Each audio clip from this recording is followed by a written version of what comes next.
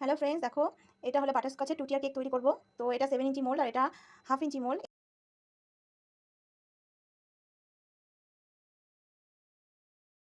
এই দিয়ে আমি একটা টুটিয়ার কেকের ডল কেক বানাবো, বার্থডে কেক।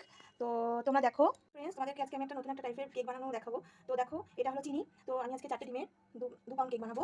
এটা আমার 2 পাউন্ডের টুটিয়ারের ডল কেকের একটা অর্ডার আছে। তো আমি সেটা বানিয়ে দেখাবো। যে এটা দেখো, এখানে এই যে এর কাপে 2 কাপ করে চিনি রেখেছি। তো আমি ডিম ফাটিয়ে এর মধ্যে এটা বিট করে নেবো।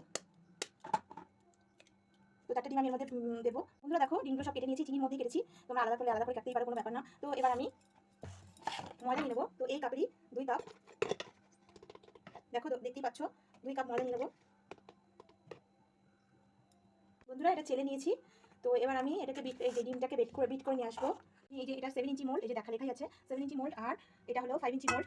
আমি এটা দুটো তেল মাখিয়ে, এখানে দেখতেই পাচ্ছ অয়েল পেপার দিয়ে এটা মাখিয়ে নিয়ে এসেছি।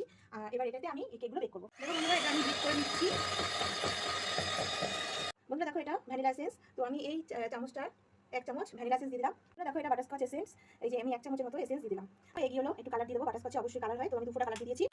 দেখো বন্ধুরা, কালার হয়ে গেছে, এটা কালার, এটা বিট করা হয়ে গেছে। এবার আমি ময়দাটা আস্তে আস্তে পুরো মিক্স করে ফেলবো। দেখো বন্ধুরা, এটা বিট হয়ে গেছে। তো আমি বাটির মধ্যে, মোল্ডের মধ্যে এটা ঢেলে দেবো।